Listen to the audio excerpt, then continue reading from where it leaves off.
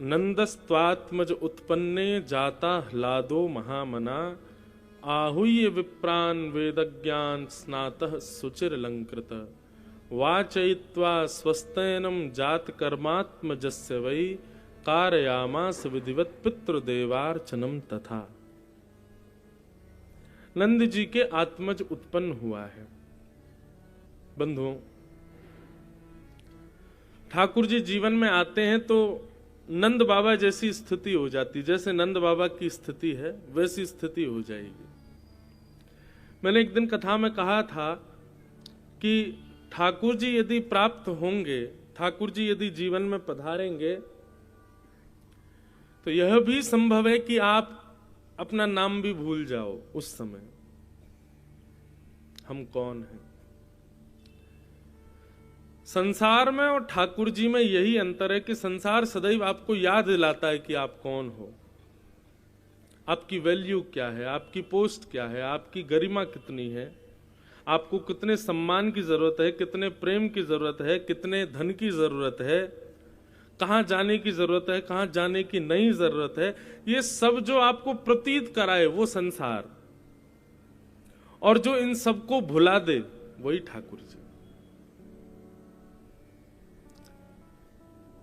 भक्त लोग जो होते हैं ना वो ज्यादा चतुर नहीं होते। सांसारिक व्यक्ति चतुर बहुत होता है, और चतुर शब्द भी मैं थोड़ा हल्का बोल रहा हूं, अगर मैं ऐसा बोलूं तो ज्यादा अच्छा। चतुर शिरोमणि है हम लोग। कौन है? चतुर शिरोमणि, बहुत चतुर हैं हम लोग। लेकिन वैष्णवता जब जीवन में आती है, ठाकुर जी जब जीवन में आने का भाव रखते हैं तो व्यक्ति चतुर नहीं रहता, अत्यंत भोला, अत्यंत सीधा, भोंदू हो जाएगा। एक कोई वैष्णव कल प्रणाम करे, बोले महाराज जी भोंदू की कथा सुना देना। एक भोंदू की कथा सुनाते हैं हम, वृंदावन की सत्य घटना है। भोंदू कहने का अभिप्राय यह है कि ठाकुर जी जब प्राप्त होंगे तो आप जितने चिंता में, जितनी चतुराई में आप रहते हैं वो सब भूल जाओगे। फिर चतुराई, चिंता ये सब नहीं रहेगी, फिर तो 24 घंटे चिंतन रहेगा ठाकुर जी का। आप स्वयं कौन हो? को हम कस्तम कुत आयात, को में जननी, को में तात, मेरी माँ कौन है, पिता कौन है, परिवार कौन, मेरी गरिमा क्या, मेरी पोस्ट क्या, मेरी वैल्यू क्या, सब भूल जाओगे। तृणादपि सुनीचन, श्री चैतन्य महाप्रभु कहते हैं आप तृण के समान हो जाओगे। एक छोटे से तृण से भी छोटा समझोगे स्वयं को, ठाकुर जी जीवन में आ गए तो भगवत प्राप्ति का प्रथम लक्षण तो बहुत सारे हैं, प्रथम द्वितीय कोई भी मानो, हम बताते रहते हैं, आप लिख लिया करो। भगवत प्राप्ति का एक लक्षण यह भी है कि आप अत्यंत दीन हो जाओगे, दीनता जीवन में आ जाएगी। स्कूल में सब लोग पढ़े हैं, और स्कूल में जब हम पढ़ते हैं तो व्याकरण में, संस्कृत में, अगर संस्कृत पढ़ी होगी तो एक श्लोक पूरे स्कूलों में सिखाया जाता है। नमन्ति फलिनो वृक्षा, नमन्ति गुणिनो जना, शुष्क काष्ठानि मूर्खाश्च ना नमन्ति कदाचन। फलित वृक्ष जो होता है सदा वही झुकता है। जिस वृक्ष में फल लगते हैं उसी का ही स्वभाव होता है झुकने का, उसी का ही स्वभाव होता है घेर बनाने का, उसी का ही स्वभाव होता है नीचे की ओर ढलने का। शुष्क काष्ठानि मूर्खाश्च नानमन्ति कदाचन। शुष्क पेड़ लंबा बहुत होता है जिसमें फल नहीं होता, लेकिन वो झुकता कभी नहीं है। पर आंधी जब आती है तो फलित वृक्ष नहीं टूटते, लंबे वृक्ष ही टूटते हैं सबसे ज्यादा। इसलिए सदैव हम तो यही मानते हैं कि दीनता तभी आती है जब जीवन में भक्ति आती है। और आपके जीवन में भक्ति आ गई पर दीनता नहीं आई तो भक्ति का आप आडंबर कर रहे हो, भक्ति नहीं है वो। भक्त रावण भी था, महादेव की रोज अर्चना करता था, और हम लोग तो क्या उपासना करेंगे महाकाल भगवान की जैसी रावण करता था, पर उसकी भक्ति में दीनता नहीं थी। वो सदा अहंकारी होकर के भक्ति करता था। तो ठाकुर जी जीवन में आएंगे तो सबसे पहले आप दीन हो जाओगे। दीन का मतलब गरीब नहीं होता है, दीन का मतलब ये सब मत समझना। दीन का मतलब होता है आप सबको श्रेष्ठ मानते हो, अपने से ज्यादा श्रेष्ठ सबको मानने लग जाओ, इसको कहते हैं दीनता। मैं सबसे निम्न हूं, बाकी सब श्रेष्ठ हैं, ये दीनता कहलाती है। और ये भक्ति का स्वरूप है, भक्ति का प्रकार है, दीन, दैन्य। तो ठाकुर जी जीवन में आएंगे या फिर आने का मन बना रहे होंगे कि हाँ मुझे इससे मिलना है, तो उसके पास दीनता का गुण आएगा, उसके पास दीनता आएगी।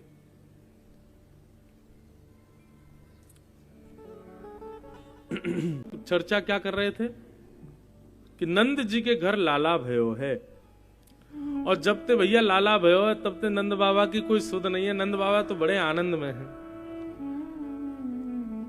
नंद बाबा का पहला स्वभाव यह हुआ कि नंद बाबा अति दीन हो गए।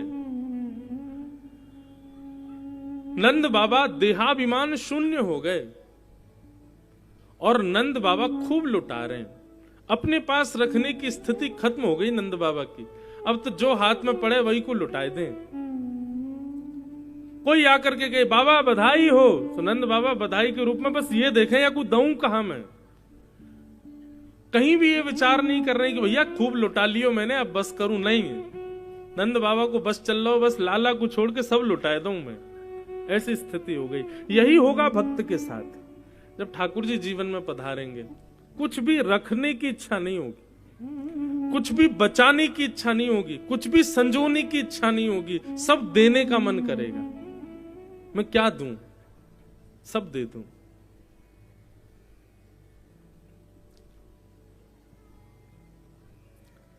मोल भाव करने वाला व्यक्ति वैष्णव नहीं कहलाता ठाकुर जी के संबंध में। और संबंधों में करे बात अलग है। कभी कभी वृंदावन में हम लोग देखते हैं कि लोग बाग अपने ठाकुर जी की पोशाक खरीदते हैं या ठाकुर जी के लिए कुछ सामान खरीदते हैं, दुकानदार से लड़ लेते हैं, महाराज इतना करो जे करो। अरे इतना महंगा कैसे नेक्से से ठाकुर जी हमारे, अरे जितने नेक्से से ठाकुर जी उतना खर्चा करो उनके ऊपर, ठाकुर जी के लिए क्यों विचार करना। हमारे छोटे से श्रीनाथ जी हैं, छोटे से गिरधर लाल हैं, पर महाराज खूब राज ठाट में रहते हैं हमारे लाल जी, कोई दिक्कत नहीं। वैसे तो हम कुछ कर नहीं सकते उनके लिए, लेकिन फिर भी मन होता है क्या कर दें, ये भी कम है जो कर रहे हैं और करें। ठाकुर जी के लिए मन में यदि ये भाव आ गया कि खूब तो कर दिया, तो आप वैष्णव नहीं हो। कभी मन भरे ही ना करने से, और क्या करूं और क्या करूं और क्या प्रदान करूं, ठाकुर जी के लिए कहां तक मैं करता जाऊं, ये विचार रहना चाहिए।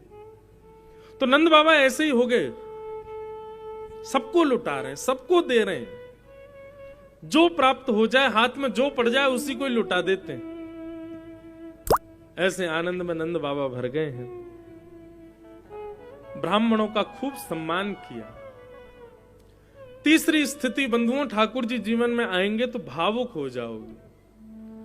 कोई प्रेम की दो शब्द भी कहेगा ना, आपका हृदय गदगद हो जाएगा, नेत्रों से विरल अश्रुधार गिरने लगेगी, ऐसी स्थिति हो जाएगी। नंद बाबा भावुक हो गए। कोई भी आकर के नंद बाबा से कहता बाबा बधाई हो, बाबा तुरंत हृदय ते लगा ले, अरे भैया तेरो ही तो लाला भयो है, तुमको को बधाई दे रहो, खूब रोमे वासे गले लग के। ऐसे पूरे ब्रजमंडल की स्थिति हो गई है। नंद बाबा यशोदा फूले नहीं समा रहे हैं, सब ब्रजवासी आनंद में गा रहे हैं। धन्य भाग्यते यशोदा मैया, ऐसो सुत तेने जायो, पूर्ण ब्रह्म जगत को स्वामी, सो तेने गोद खिलायो, पूर्ण ब्रह्म जगत को स्वामी, सो तेने गोद खिलायो, याकू मगवा दे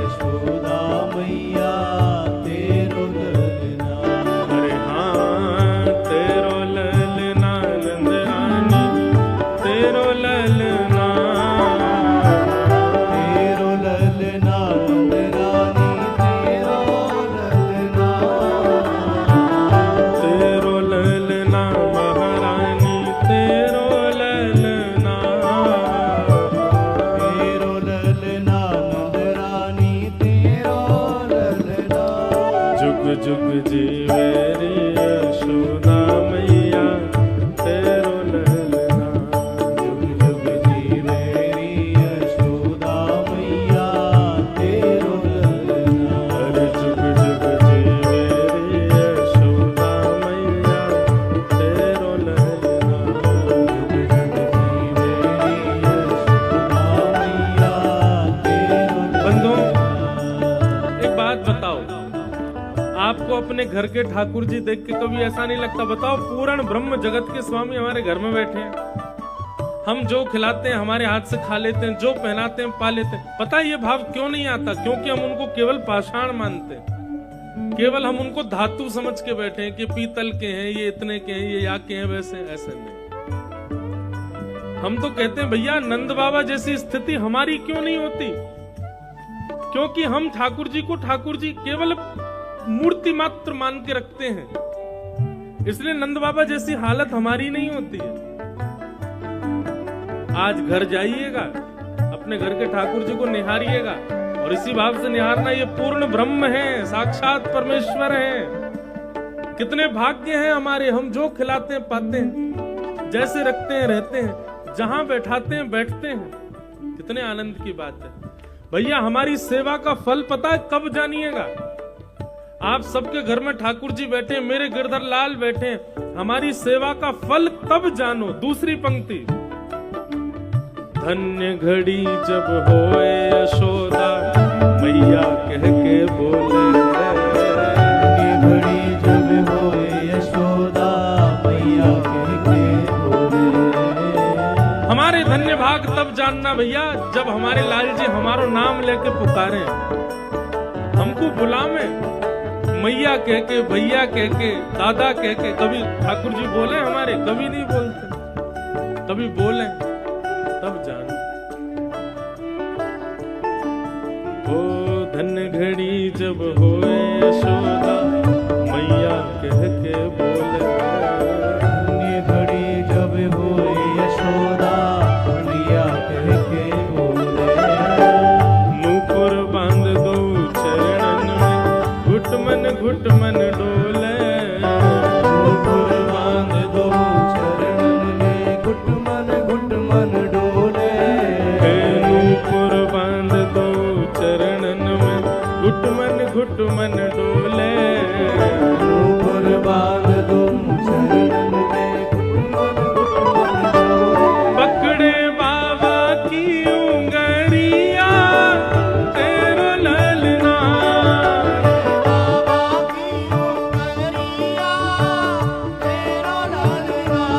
पकड़े बाबा की उंगरिया तेरो ललना।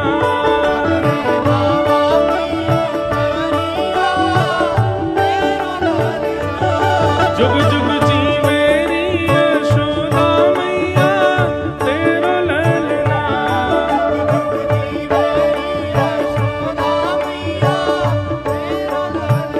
अरे जुग जुग जीवे रे यशोदा मैया तेरो ललना।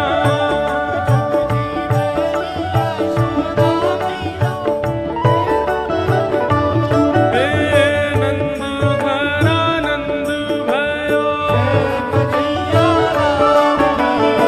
यशोदा के लाला भयो। हे नंद घरा नंद भयो, हे नंद घरा नंद भयो। पूरे ब्रजमंडल में आनंद है रो भैया, पर ऐसा आनंद हम लोगन को काय कुना होवे। आज की कथा ब्रजभाषा में होगी, समझिएगा सब। ऐसा आनंद हमको काय कुना होवे, क्योंकि हम लाल जी को अपनो लाल जी माने ही ना है। नहीं तो हर दिन निहार करके आपके मन में आवे कि ऐसे ही देखत रहूं तो मैं जन्म सफल कर मानूं। एक बात बिल्कुल सत्य बताइएगा, हमें अपने घर के ठाकुर जी में और श्री वृंदावन बिहारी लाल जी में भेद दिखता है। हमको ऐसा लगता है कि वृंदावन बिहारी जी ज्यादा श्रेष्ठ हैं, हमारे घर के इतने श्रेष्ठ नहीं है। नाथ द्वार में जो श्री जी बाबा विराज रहे हैं, ये ज्यादा श्रेष्ठ हैं, हमारे घर के श्रेष्ठ नहीं है। ये जो अंतर हम लोग देखने लग जाते हैं ना, इसी से ही पता चल जाता है कि हमारी भक्ति किस स्तर की है। नहीं, जहां जैसे जिस भाव में ठाकुर जी दिखाई दें, सब में एक समत्व भाव होना चाहिए, उनमें अंतर बुद्धि नहीं होनी चाहिए कि वो मंदिर में बैठे तो वो ज्यादा श्रेष्ठ है, हमारे घर में जो हैं वो इतने श्रेष्ठ नहीं है। श्रेष्ठता ठाकुर जी के मंदिर में विराजमान होने से, श्री विग्रह में होने से मात्र नहीं है, आपके भाव में है। भाव से स्वीकार करो ठाकुर जी को। नंद बाबा आनंदित हो गए, सबको लुटा रहे हैं, खूब खूब सामग्री दे रहे हैं, खूब आनंद के साथ में पूरे ब्रजमंडल में उत्सव मन रहा था। अच्छा, एक और बात, नंद बाबा जितना दान कर रहे हैं ना, उसका भी कहीं ढिंडोरा नहीं पिटवा रहे हैं कि भैया देखो हमने कितना दान किया। नंद बाबा कई बार तो ऐसे ऐसे दान भी करते हैं कि किसी को पता भी नहीं चलता और नंद बाबा दे देते हैं। एक जगह वर्णन आता है कि नंद बाबा ने ब्राह्मणों को बुला करके बड़े बड़े थाल में चावलों के पहाड़ बना के, दाल के पहाड़ बना करके उन ब्राह्मणों को दान किया। तो ब्राह्मण बड़े निराश हो गए, बोले कि नंद बाबा सबन को तो सोना चांदी हीरे जवाहरात बांट रहे हो, हमको एकाध चावल के पहाड़, दाल के पहाड़ छोटे छोटे बना करके थालों में दे रहे हो। नंद बाबा बोले भैया अब हमारी इतनी ही स्थिति है, अब आप स्वीकार करो। ब्राह्मण बोले क्या बोले, ठीक है नंद बाबा जैसी आपकी इच्छा। ब्राह्मण लेकर के चले गए। ब्राह्मणियों को जाके बोले ले कोई डब्बा में भर ले, कितनो सारो चावल आयो है। ब्राह्मणी बोली कहां से भर लाए इतने चावल दाल, ये सब कहां रखेंगे। बोले अब रखो, नंद बाबा ने बधाई में दिए, या तो बढ़िया तो धनी दे देते। लेकिन जैसे ही ब्राह्मणियों ने वो थालों में बने हुए पहाड़ आदि उनको ऐसे भर करके जैसे ही डिब्बों में भरना चाहा, तो बाहर से वो चावल और दाल और गेहूं के पहाड़ थे, भीतर उनमें मड़ियां रखी थी, भीतर उनमें सुंदर सुंदर रत्न रखे थे, हीरे रखे थे, जवाहरात रखे थे। सब ब्राह्मण अपने घर में भावुक हो गए, नेत्र सबके भर आए। बोले जय हो नंद बाबा, आप जैसी स्थिति कोई की नहीं। वो दान भी कर रहे हैं तो छुपा करके कर रहे हैं, कोई को पता नहीं चले, कहीं कोई श्रेय मोको नहीं दे दे कि देखो नंद बाबा ने इतना दियो, ऐसा दियो। ये सब बंधुओं लक्षण हैं। इन लक्षणों से आप युक्त हो जाओगे जब ठाकुर जी जीवन में पधारेंगे।